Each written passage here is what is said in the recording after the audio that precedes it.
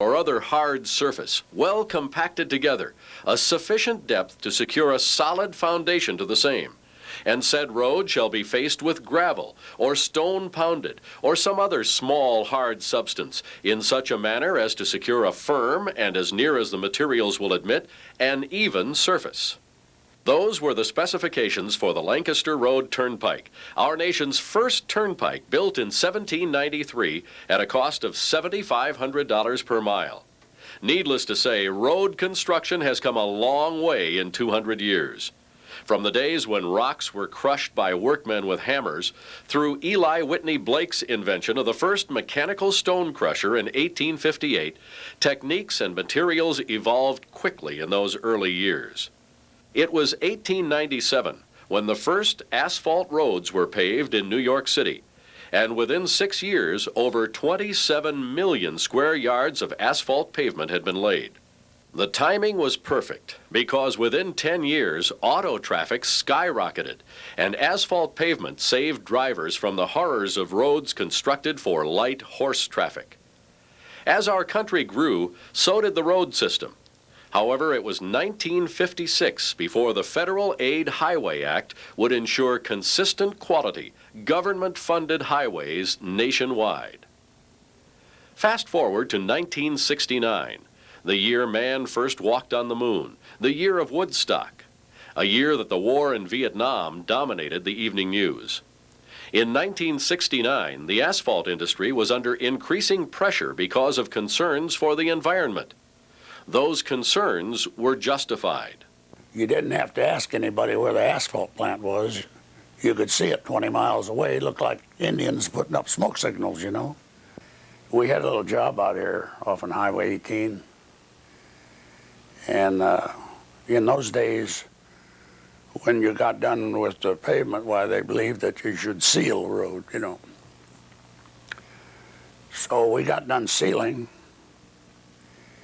And I had about 400 or 500 gallons of oil left in a distributor.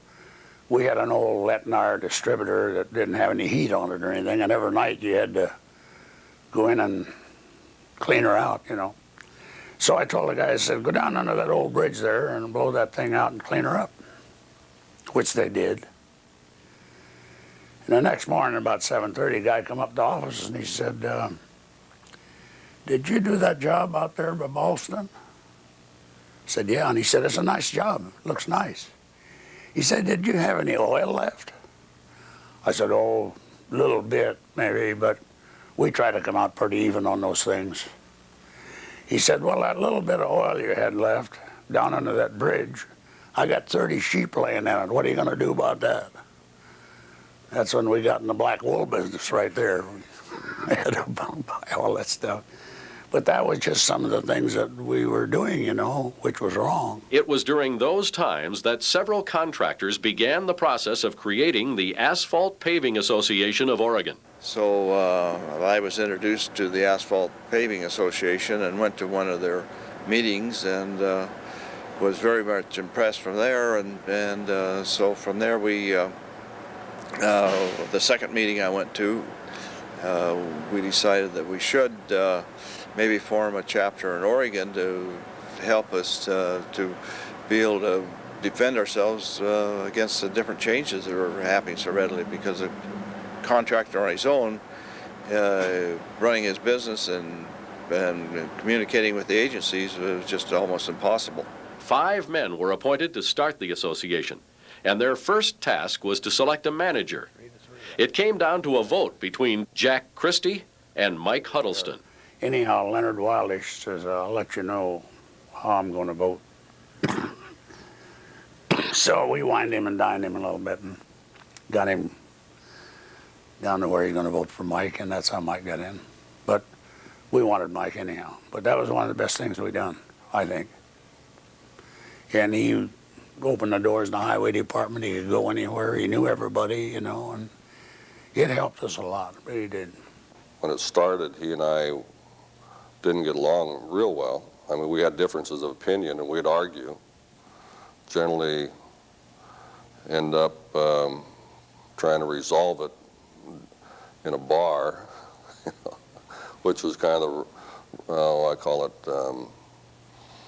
not a rough and tumble, but just a way of doing business in that time. For men who had only bid against each other in the past, cooperating was a new concept. You met people like I was a small contractor. I met people that I wouldn't have normally been acquainted with. And surprisingly enough, even though you bid against each other when jobs come up, the group really got along well together and gave each other information and ideas, and we learned a lot from it. I did, at least. And I think most of them did. Since those early years, the association has helped its members through a lot of changes. Well, of course, at the outset, pollution was the primary reason that we were organized, and then soon after our organization, there was another, really had been adversarial position with the state of Oregon through their highway department, and we formulated a specification committee in our own organization, and we had many cooperative sessions with the highway department. So I feel that there's been a substantial change in our relationship with the highway department through primarily the work of our association. They were unified, and it wasn't a bunch of individuals that you worked with. They put together what their problems were and their solutions. And of course that made it a lot easier for us to work with them, rather than you coming in and doing your belly aching and the other guy coming in and doing his, you know. So they provided a large impact there for them. Perhaps the biggest impact to the industry has been the adoption of stringent environmental standards by the DEQ. The APA has been there all along. Well, if there wasn't an association, we wouldn't have had to go out and deal with 50 or 75 individual facilities, a lot of which were portable. And so you'd have to run them down kind of thing. And the association facilitated bringing these people together, and at special meetings with DEQ, as well as their annual meetings. We started from there and worked up to today's status, which generally asphalt plants are pretty decent citizens environmentally. And they've cleaned the plants up, and I mean, we can be real proud of our business now. As part of its environmental efforts, the association developed the Big E Award in 1973. Awarded annually, the trophy signifies excellence in environmental standards. The Big E is just one of many awards the APA uses to encourage excellence. And we started giving those awards out for smooth jobs, and that helped a lot too. And the guys are really interested in getting that award and say, I worked on that job, boy, best job in the state. They liked that. I thought it was a good program. The role of the APA continues today, preparing its members for tomorrow. We're going to have continued improvement as far as our mixes are concerned, or we're going to have to change wheel loadings on our highways, one or the other, and we're going to have extended life just simply because of the cost that's involved in building them. Well, I think, personally, if you're not in the recycling business right now, you're missing the boat. Because it's getting real hard to open a quarry, to get rock, you know, and sand. And they're going to have to grind up these old highways and streets and recycle them. It also not only saves the rock and the quarries, but asphalt also. Because you only have to put in 2-3%, you know, back and put it back down. 25 years from now, the price of asphalt pavement is going to skyrocket along with the price of your concretes and all that. And aggregate sources are going to be the key to anybody's success, and that's going to be a real dilemma, and I can't see any relief on that. But somehow we are going to have to address that, and that's going to be the challenge for the next 25 years.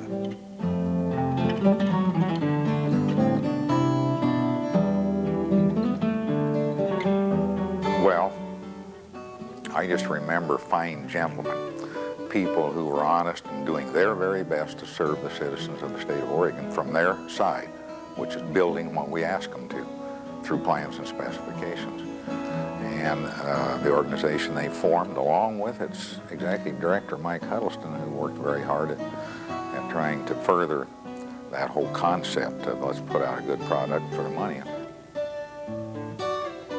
25 plus years ago, there was a rough and tumble bunch of Hanyaks that went out and paved, and they worked hard and played hard and raised a lot of hell, and today they laugh about it, you know, and they really are wild stories. Well, it's been 25 pleasant years, I can say that for sure, and it's a great group of people that we've had, and it continues to be a great and good group of people, and they're serving our board, and our members are serving our industry very well today. The Concrete Association, they like to run us down a little bit, but concrete makes a good base for asphalt. They smooth it up a little bit.